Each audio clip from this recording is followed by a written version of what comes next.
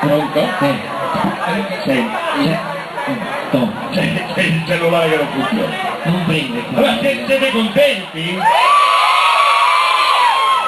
Sì, ma voi siete contenti, ma tu sei contento Io sono contento. di questo pubblico? Come no? Li vedi come sono calorosi? Fateglielo sentire. Vincenzo! Sono io, Lui è sono io. Vincenzo!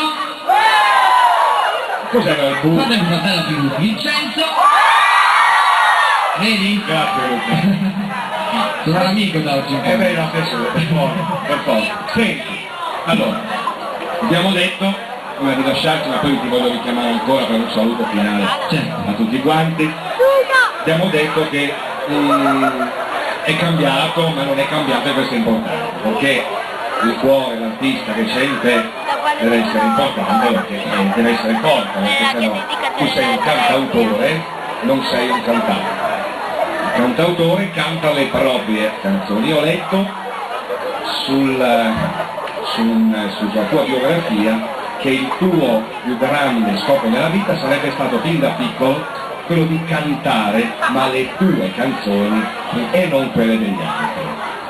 Anche se, voglio dire, potrebbe essere possibile cantare anche quelle degli altri, perché ad Amici tu hai cantato tante canzoni anche degli altri o no? Come no? Ma le cover sono importanti. Dove hai letto questa frase si riferiva al fatto che il disco non è interamente scritto da me, ma ha avuto la collaborazione di altri autori, quindi è quella la cosa che Senti, ho avuto la fortuna di avere grandi autori. tu che sei fortunato, Sì. perché tanti vorrebbero essere al posto tuo e non ci sono.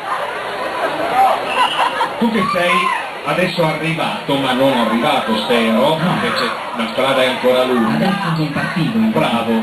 Allora io ti dico, che cosa potresti?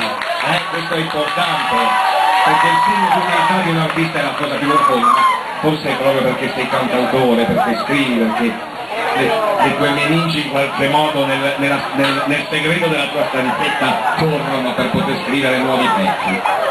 Che cosa suggerisci a chi comincia o quale può essere il suggerimento a chi sta provando e non c'è ancora al punto dove sei tu?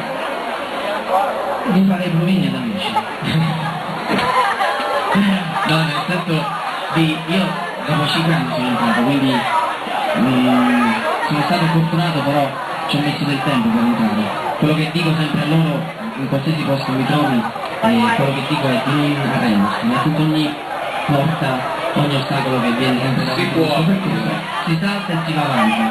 Carpe diem sempre. Bravo. Grande Luca. Allora lasciamo adesso Luca, lo lasciamo andare a riposare un attimo, poi ti richiamo per un saluto finale. Dal letto. Perché? Dal letto. No, non ancora. Perché a prescindere da Amici, i suoi veri amici siete voi. Facciamo sentire quanti amici ho? 1, 2, 3. C'ho Facebook pieno.